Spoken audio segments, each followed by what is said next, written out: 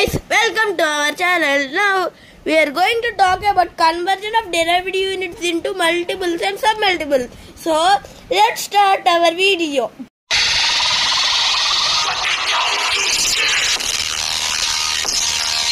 Very simple to convert as given.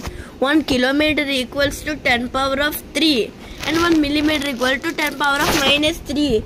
You need to see multiples and submultiples video. I kept in comment section, and here we used the formula a power m plus n. So a power of 3 plus 3 equal to 6 minus into plus minus. So the answer is 1 millimeter equals to 10 power of minus 6 kilometers.